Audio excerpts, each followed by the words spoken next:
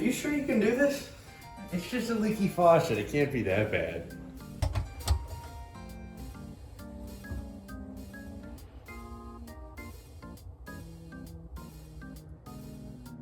What the crab? Yeah, no, it was that hard. I'm just gonna call a real plumber.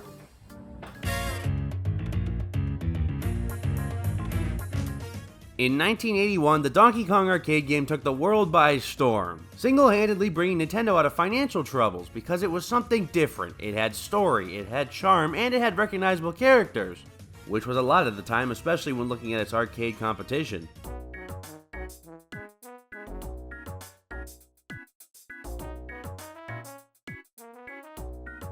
So obviously we weren't done with these characters or gameplay, and that was made pretty clear with Donkey Kong Jr. releasing only a year after the original.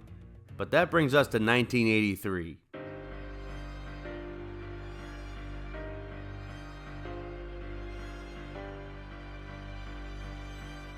In 1983, the video game industry was flooded with games. The quality had plummeted significantly. It was now quantity over quality, and companies like Atari were throwing out literal trash in their consoles just to make a quick buck. Consumers lost faith in the video game market pretty fast. But with the success of Donkey Kong, Nintendo had the money and then some to create and release their next new game, Mario Brothers. But due to the video game crash, there just wasn't a lot of arcades buying games anymore. Mario Bros wasn't a failure, but it wasn't the success Nintendo wanted it to be.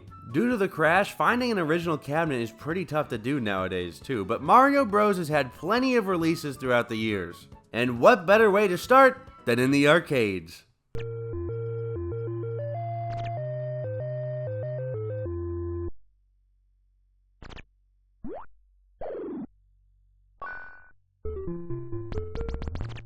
Mario Bros is a game that features Mario and, for the first time ever, his brother Luigi. The two of them are on a mission to rid the New York sewers of shell creepers, sidesteppers, and fighter flies. When booting up the game, you're presented with a pretty standard board like this one. There's 4 floors, a POW block, and 4 pipes. Unlike normal Mario games, you can't just step on these enemies. Now, this time you must knock them from underneath, then go kick them off stage. Before starting, the game will give you a demonstration on how to take out each enemy, which for an arcade game I think is pretty smart. Each enemy has a different way to defeat them. Like shell creepers, it's one simple jump from underneath, sidesteppers you'll have to hit twice, and fighter flies can jump, so you're going to need to time your jump just right. The boards can get pretty busy and hectic if you're not careful, so do your best to take them out before they get moving. The game can be played alone or with another player. You can work together, or you can compete for the highest score, but if you really want to succeed, I'd suggest you work together. Now, this is a classic high score based arcade game, so its main goal here is to eat your corners and kick you off as fast as possible for the next kid. When playing through the game, you'll quickly realize it's quite slippery and the jump is, well, strange, but I think it gets a pass because it's a game from 1983, so it makes sense. And while the jump is quite frustrating to get a hang of, it's definitely not impossible. The game is fun, replayable, and for a 1983 arcade game, it's quite pretty. The sprite work is wonderful, and I especially like the colors presented here. While Donkey Kong may be iconic, Mario Bros is for sure my favorite arcade game. That's not to say it's perfect, because there's a lot it could do to improve, but thankfully for us, this is only the first version. The next one will probably improve a little.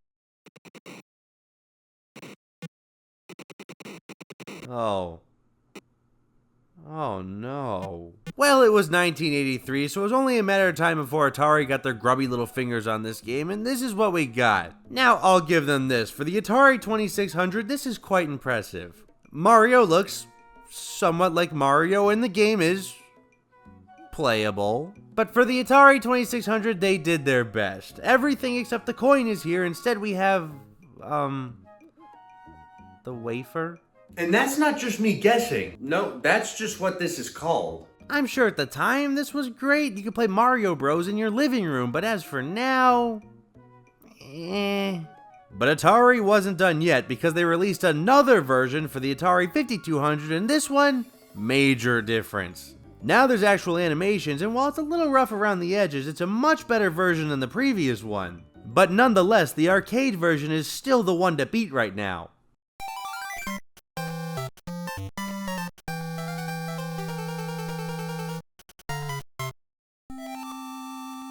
Nintendo dug themselves out of the great video game crash with the Nintendo Entertainment System, and Mario hit the ground running and jumping. But now Nintendo was a household name and the NES was selling better than ever, so now's the perfect chance to release a home console version of Mario Bros. And sure enough, in 1986, Nintendo created a port of the game for the NES. And at first glance, it's a solid port, but the deeper you go, it does have minor issues. For some reason, the top left corner of the enemies flash, and if you're wondering why it's just gone in the footage, it's because I have a sad capture card. And while that doesn't really take away from the game, it just makes it a little less appealing than the arcade version, and to go with that, the colors aren't as good as they were in the arcade. I know a lot of the issues with these earlier versions is all due to limitations, but man did I not know how much better the arcade one looks than this one.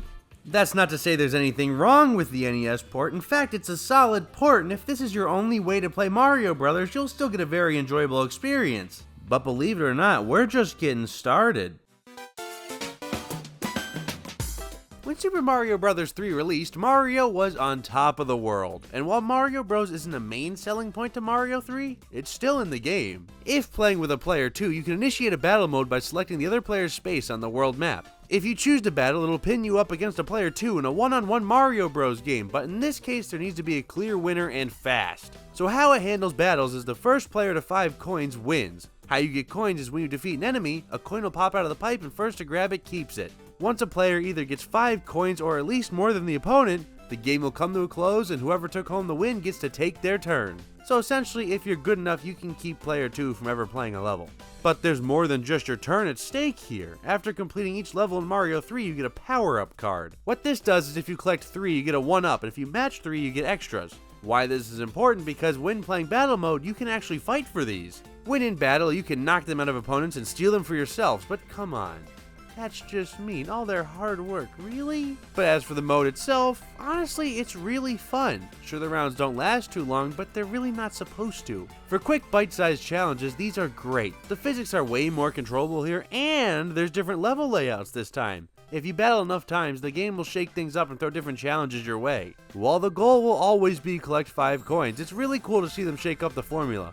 Honestly, a full version of Mario Bros. With different challenges like this would be really cool. Throwing this in is a really cool reference, and honestly, at the time, this was the best Mario Brothers had felt.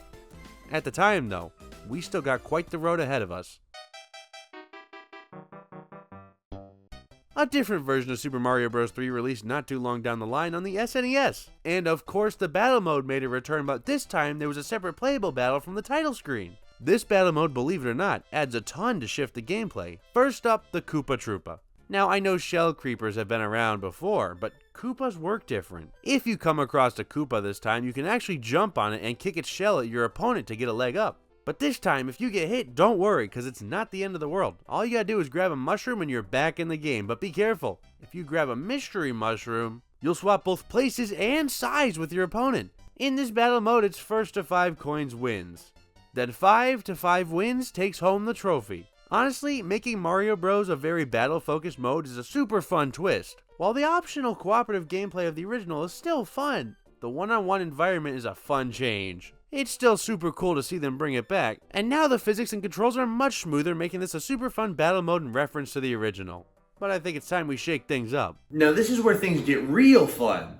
In 1995, the Virtual Boy was thrown out into the market earlier than anticipated, leaving it unfinished and honestly completely overshadowed by Nintendo's next biggest home console, the N64. Unfortunately, the Virtual Boy was deemed a commercial failure, but it is home to a Mario Bros. Game. Let me introduce you to Mario Clash.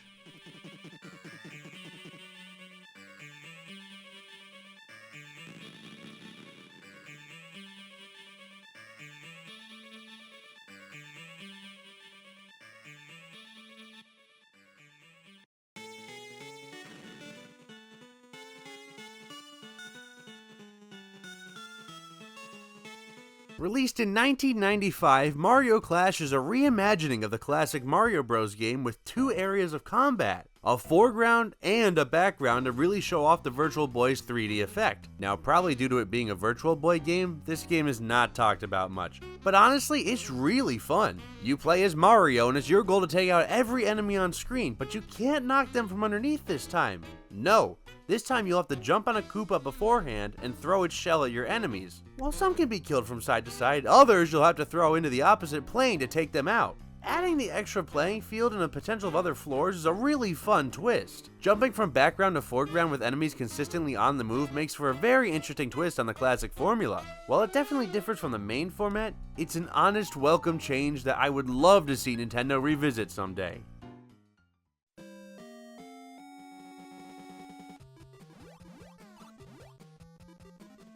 In the early 2000s, a series of classic Mario remakes released on the GBA, but within each of these remakes was a brand new version of Mario Bros. This is hands down my favorite version of the game. The physics feel more refined, there's multiple stage backgrounds, and if you have link cables, the game features up to 4-player multiplayer. There's 2 modes, Classic and Versus. What they are is pretty self-explanatory. But if you play the Versus game, it likes to shake things up by adding a garbage can that if jumped into, you can grab a random item to use against your opponent. And if you get far enough, Bowser will show up to mess things up. As for the Classic mode, it's more or less the same, just a bit easier. The difficulty does ramp up towards the end, but I think we're far enough in the video that you can realize there isn't going to be much more of a difference between these versions. This is the best version of Mario Bros. Out there if you ask me. But don't go just yet, we have one more.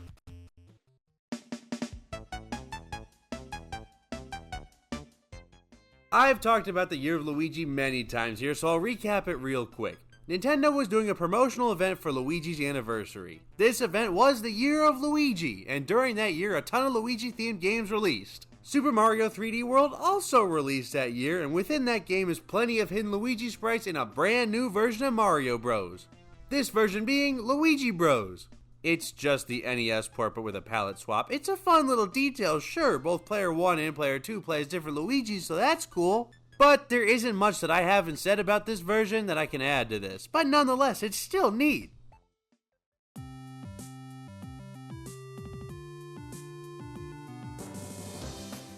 From the arcades to the GBA, Mario Bros. Is and always will be a classic. I may not have hit all the entries in the series, but I got to the main ones. It did a lot for the Mario series, and watching the multiple versions of this game grow over the years is still super cool to look back on. In the end, the GBA one is my favorite version, but the arcade classic is tough to beat. And seeing them try something new on the Virtual Boy will always keep me entertained. I love Mario Bros, and I hope to see another release in some way or another down the line. Maybe add new stage variants or something like that would be really cool. Likely? No, but definitely neat.